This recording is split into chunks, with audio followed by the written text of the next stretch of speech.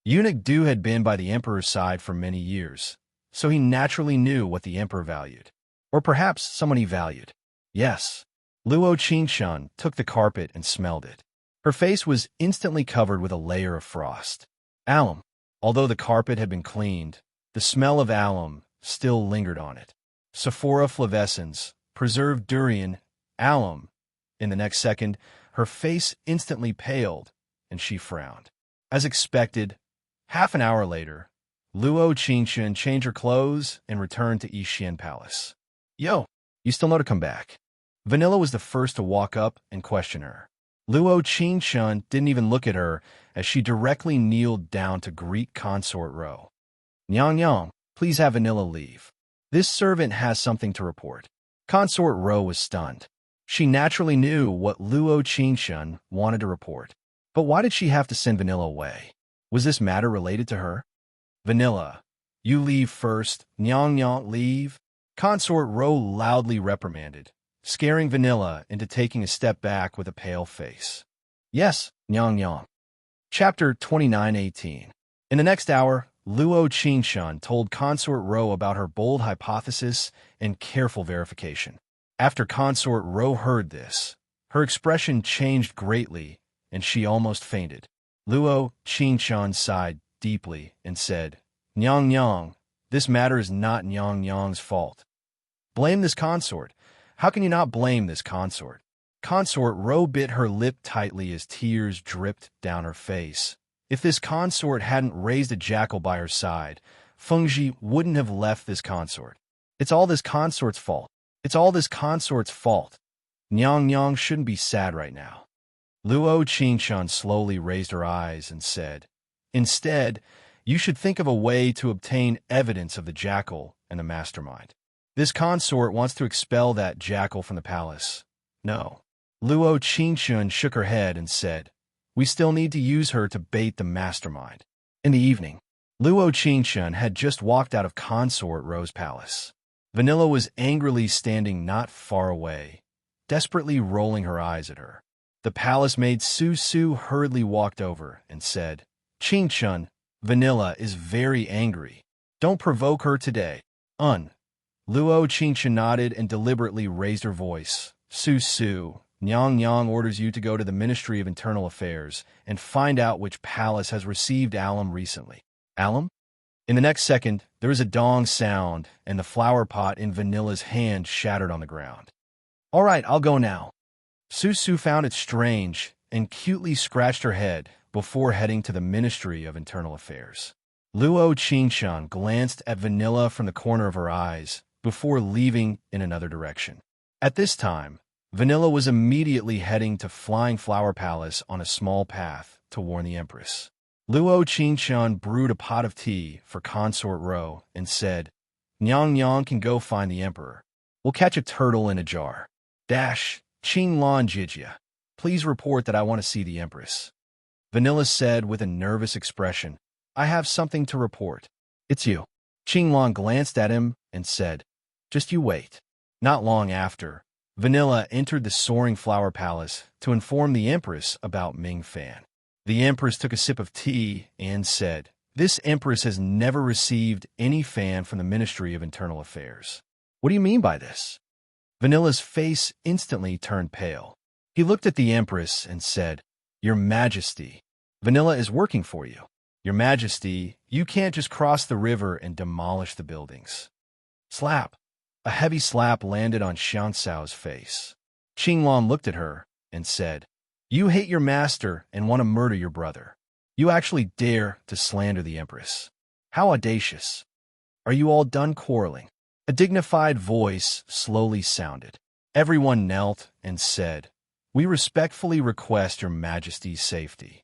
Consort Ro came to report to me that someone murdered my prince. Feng Yu looked at the Empress and said, Could this matter really be related to the Empress? Consort Ro's eyes were filled with tears. She pursed her lips and looked at Vanilla with heartache. This one usually dotes on you so much, but you actually... Your Majesty, it has nothing to do with me. I was forced by the Empress. Vanilla knelt on the ground and hugged the Empress's calf. The empress kidnapped this servant's parents and forced this servant to do this. Chapter 29:19. How could the empress not know? Luo Qingshun cleared her throat. She lowered her voice and said, Alum is a kind of thing that will quickly burn the air when mixed with red sandalwood. Little Ah Gu ate highly nutritious sephora and fiery durian when he had high fever. Naturally, his condition will not improve. If it is difficult to breathe and there is not enough air, it will easily cause heart failure. Heart failure? Feng Yu seemed to have heard a brand new word. He looked her up and down and felt that she was a little familiar. Luo Qingshun shook her head slightly and said, It probably means suffocation. People with a high fever were different from ordinary people. If an ordinary person was in an environment with bad air, they would only feel stuffy. However, if a person with a high fever was in an environment with no ventilation, once they could not breathe properly, it would easily cause pressure to the heart. In addition, eighth brother was young. It was very easy to cause death. Men, take this palace maid away and interrogate her strictly. Feng Yu glanced at the empress and said, Whether or not there is a prince who plotted to kill me, we will know after asking. I have done well. Your Majesty, please judge clearly. The empress's expression was indifferent. There was not a trace of nervousness. In fact, she had already been exposed when she inquired about the blanket. The empress was able to get to where she was today. She definitely had her own ability. She was not someone who could be easily defeated without any real evidence. Thank you, Your Majesty, for making the decision for me. Consort Ro, don't worry. I will definitely make the decision for you.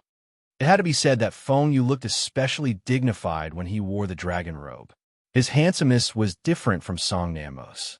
He belonged to the very domineering and possessive type. For Your Majesty to care so much for me, if Feng Ji is still alive, he must... Let's not talk about this anymore. We will have children in the future.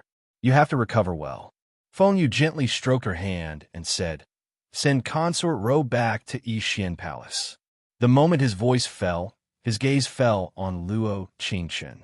His half-narrowed eyes seemed to be probing, but also seemed to want to say something, but in the end he did not say anything. Luo Qingshun hurriedly bowed and said, Yes. Yixin Palace. When the palace maid Susu heard this, she said emotionally, So vanilla is this kind of person. I thought she just had a bad temper. I didn't expect. Actually, you can't blame her for this. After all, the empress controlled her parents. She couldn't do anything. Consort Ro shook her head and said, It's this consort who doesn't know her well enough. Nyang Nyang has done a lot. There's no need to blame yourself. Luo Qingshun poured a cup of tea for her and said, It's a pity that we won't be able to topple the empress this time. Are you still not used to this? Susu asked doubtfully. Didn't Vanilla confess? It's one thing for Xiang Cao to plead guilty, but she's from Yixuan Palace. Maybe Her Highness asked her to frame the empress. Luo Qingshun pursed her lips and said, Her hands are clean. I can't trace it back to her. When Susu heard this, she was stunned for a moment and said, Didn't we do all this for nothing? That's not it. Don't look at how calm the empress looks on the surface, but His Majesty is already suspicious of her. Luo Qingshun's eyebrows moved slightly and said, You can't kill a tiger, but you can peel off a layer of its skin. Would she really be peeled off a layer of her skin? Consort Ro's eyes were still red. She bit her lip and said, She killed my Feng Ji. If she doesn't die, I won't be satisfied. Chapter 29:20. After a sleepless night, she heard the news from the Imperial Clan court early the next morning. Xiang Cao had committed suicide in prison. Now that there was no evidence, the Empress was a step faster and reached her hand into the Imperial Clan court. Feng Yu was furious and killed 2 guards, but he was unable to carry out the next step of the investigation. Concubine Ro fell ill from anger, and the Emperor quickly summoned an imperial physician to treat her. Song Nanmo also entered the palace. Elder sister's health is not good. Take care of her and pay attention to her rest. Song Nanmo looked at her and said, Don't investigate the Empress any further. She has the ability to kill people in the Imperial Clan court, which means that you won't be able to find her. You might even fall into her trap. The Empress has arrived. Luo Qingshun looked at Song Namo and helplessly shook her head. You really have a crow's mouth. Whatever you say comes true. The Emperor's condition hasn't been good these past 2 days, and today there was news of Xiangxiao dying in the imperial clan court. This Empress, she has ill intentions. Don't worry, I'm here. He seriously looked into her eyes. His right hand gently took her wrist and pulled her behind him. Luo Qingshun did not forget to mutter in a small voice, Lord Song is really cute. It's like I don't need to bow if you pull me behind you. Ding, affection has increased by 10. Mission completion rate is now 40%. This servant greets the Empress. There's no need for that. The Empress said with a face full of spring, I heard that concubine Ro's little sister was sick, so this one came see her. Although she misunderstood this one still cares about her. Wow. The girl standing behind her fixed her gaze on Song Namo. She was quick-witted and delicate, and her pair of bright eyes were twinkling. This is the Empress Dowager's favorite niece. She has been outside the palace since she was young. She just entered the Forbidden City a few days ago and is visiting concubine Ro on behalf of the Empress Dowager. The Empress said with a faint smile, Ina, what are you looking at? You're dazed. No, nothing. Fong Yin shyly lowered her head as a look of admiration flashed in her eyes, and her face turned slightly red. Luo Qingshun slightly knit her brows and looked over Fong Yin. The supporting female lead of this world had finally appeared. Since he was able to look after Consort Ro on behalf of the Empress Dowager, his status was definitely not low. In the next second, Song Namo bowed and said, Elder sister is sick in bed. Your Majesty, please don't go in to avoid being infected by her illness. Song Namo's words were still polite, but the hostility in his tone was obvious. Empress. Before the Empress finished speaking, Fong Yin interrupted her and said, Since Consort Ro is sick, let's not disturb her rest. Iner, look at you. This consort has finally seen through your thoughts. The Empress was a little hesitant. After all, if Fong Yin took a fancy to Song Namo and married him, wouldn't it increase the status of the Song family in the harem? But, looking at Song Namo's eyes, he didn't seem to be interested in this beautiful little girl. She had been in the harem for a long time, so she could see through the affairs between men and women at a glance. I didn't. Fong Yin bit her lips and shyly looked up at Song Namo. Are you Consort Ro's younger brother, Lord Song? Yes. Song Namo coldly replied, Greetings to Miss Fong. No need, no need. Fong Yin hurriedly waved her hand and said, I'll send the Empress back first and then come find you. I still have to go to the Imperial Study to find the Emperor, so there's no need. Song Namo decisively refused without any hesitation. The Empress hurriedly said, Iner is considered half a princess in the palace, Lord Song. This servant will still go to the Imperial Study to find the Emperor. Princess Yin doesn't need to come find me. Song Namo changed his words, but his tone didn't change. Chapter 29-21. Fong Yin's face was a bit ugly. After all, she had been doted on by the Empress Dowager since she was young.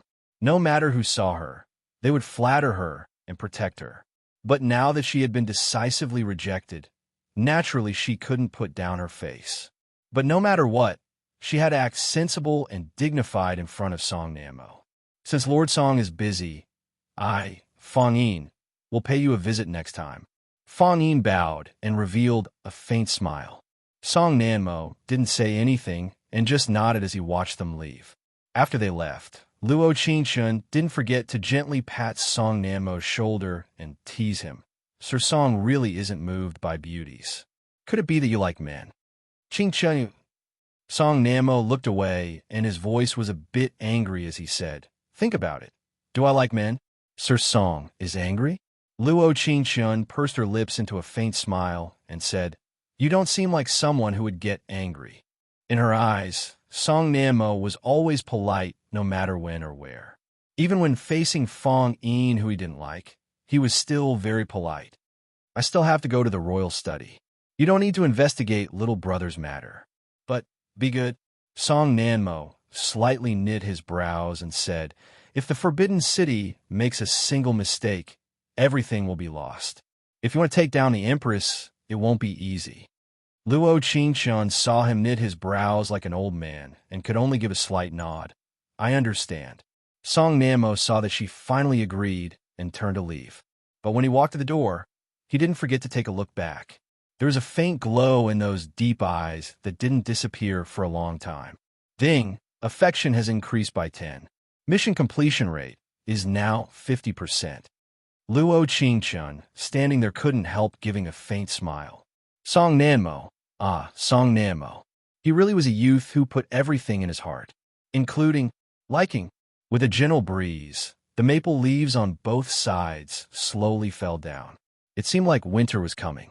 In the 3 months after Xiang Cao's death, the Empress had been very well behaved and did not find trouble with Consort Row. Or it could be said that there was nothing on Consort Row that could threaten her. During these 3 months, Song Nanmo would visit Yixian Palace whenever he was free. He knew that she was a glutton and would always bring a lot of delicious pastries.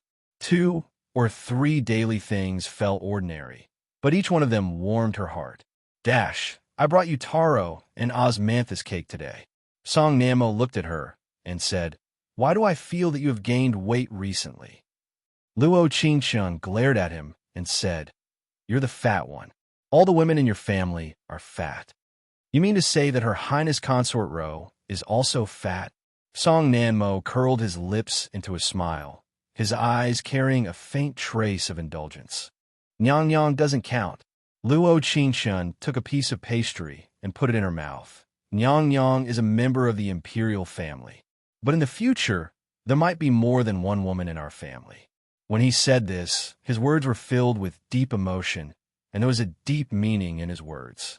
Luo Qingshun could understand most of it. Ding! Affection has increased by 10. Mission completion rate is now 60%. When I passed by the embroidery workshop today, I found that the winter clothes made this year were not suitable for you. I asked a maid to make one for your darling. Song Nanmo pursed his lips and said, I don't know if you like it or not. Chapter 29-22. There was a snow-white pleated moon dress in the box that was finely made. Although it was a palace dress, it was very elegant. She looked up and looked into Song Nanmo's eyes. He said, happy birthday. How did you know? I can know if I want to know. Song Nanmo looked at her face and slowly said, Qingshun, you what?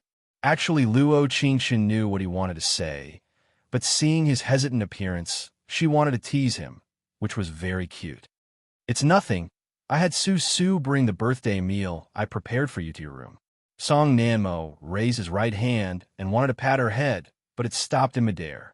Luo Qingshun grabbed his wrist and placed it on her head as she said, thank you, Sir Song, for your gift. I like it very much. Ding! Affection has increased by 10. Mission completion rate is now 70%.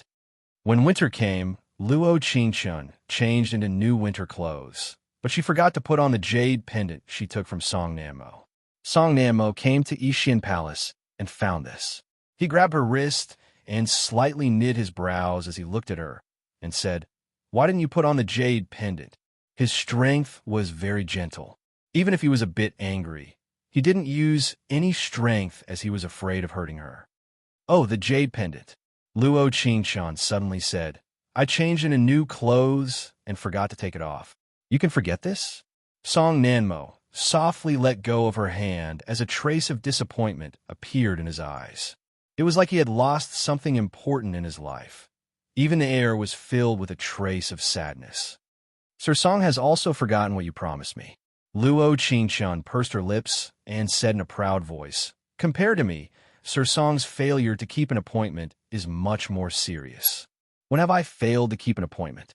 Song Nanmo knit his brows and looked at her like an old man, with eyes filled with doubt. Ahem! Luo Qingshun cleared her throat and said in detail, when I first met Song Darren, I took Song Darren's jade pendant without asking. His Excellency said that he would choose a better jade pendant to exchange with me, but more than 3 months have passed. Where's the jade pendant that Lord Song exchanged? You, Luo Qingshun. Song Nanmo's ears turned red almost instantly. He looked at her with anger written all over his face and said, you know what I mean. Why do you still say such things? Hearing this, Luo Qingshan raised her eyebrows slightly, and a faint smile appeared on her lips. Song Nanmo was special. No matter who he was compared to, his personality was the most unique. He had never dared to hold her hand casually. No matter how angry he was, he would never do anything domineering to her. However, this kind of personality did not mean that he was weak. He just had his own self-discipline and self-reflection. In the imperial court, he was the emperor's right-hand man. In the inner court, he was the object of admiration of all the unmarried women in the palace. This person always felt that he was too dazzling. As a result, she always liked to tease him and deliberately make him angry. Occasionally, she would increase his affection and see how he cared about her. So, what is Song Darren's intention? Luo Qingshan tilted her head, and a faint smile appeared on her lips. Chapter 29-23. Luo Qingshan pretended to suddenly understand and said, "So the person that Sir Song is thinking of is me?" His brows trembled and his hands held her shoulders as he seriously said, "Yes, it's you." Ding, affection has increased by 10. Mission completion rate is now 80%. This kind of day, if they could live like this forever, how good would that be? But between them, there was Fong Yin who came in, making them helpless. She seemed determined to get close to Song Nanmo, running to Yixin Palace every 2 to 3 days. She even brought gifts for concubine Ro from time to time. After being together for a long time, Luo Qingshan felt that concubine Ro was indeed a kind person, but her personality was a bit too weak. When Fong Yin first came, she thought that she was a spy that the Empress or the Empress Dowager wanted to place by her side. But then she found that she always came at a specific time.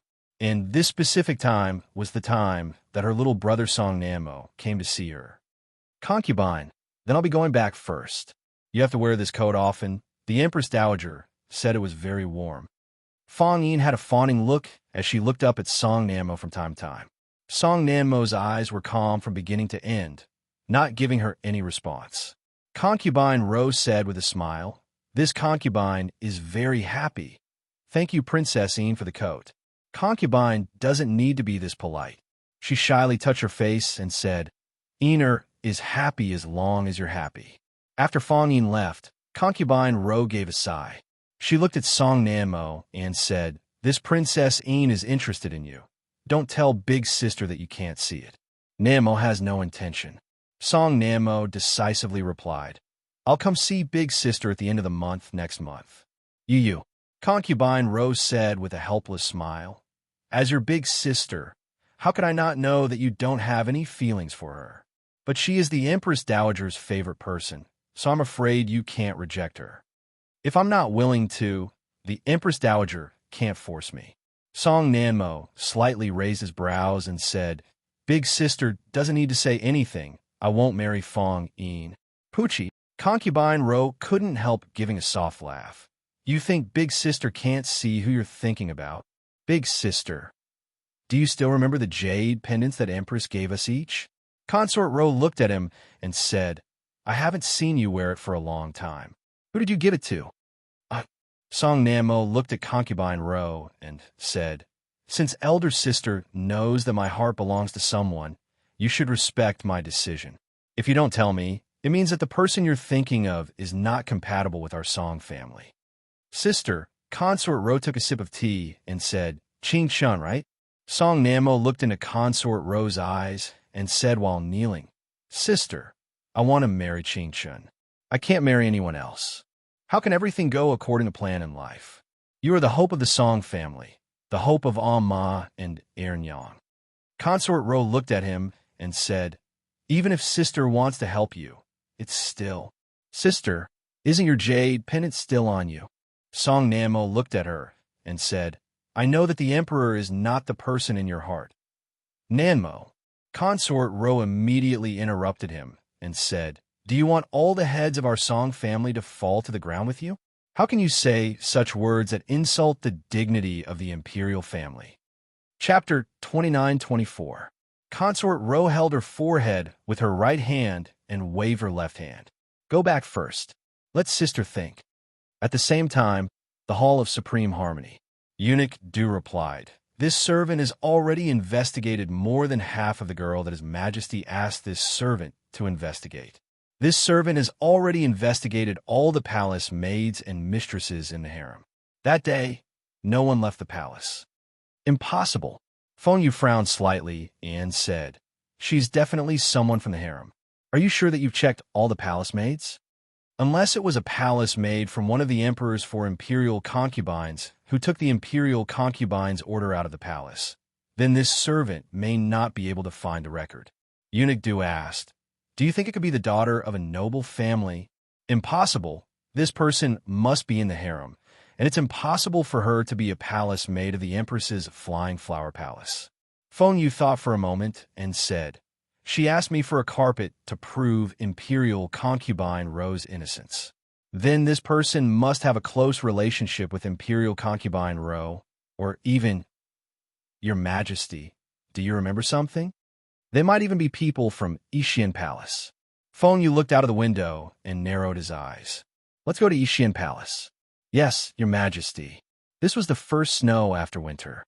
Consort Ro slowly got up and opened the box by the bed. Inside the box was a suet jade pendant with a large character engraved in the middle. Ro. She did not give this jade pendant to Feng Yu. On the surface, she was telling herself that the emperor had everything and did not need her jade pendant. In fact, this jade pendant was her final obsession. Marrying into the palace as an imperial concubine was not her choice. It was because the Song family wanted to stabilize their position in the imperial court. Marrying her into the palace was like a gift to the emperor. Sigh. After an unknown period of time, she squatted down and gripped the jade pendant tightly in her hand. She sighed deeply and said, "Do you think I should at least do my best to make Namo happy?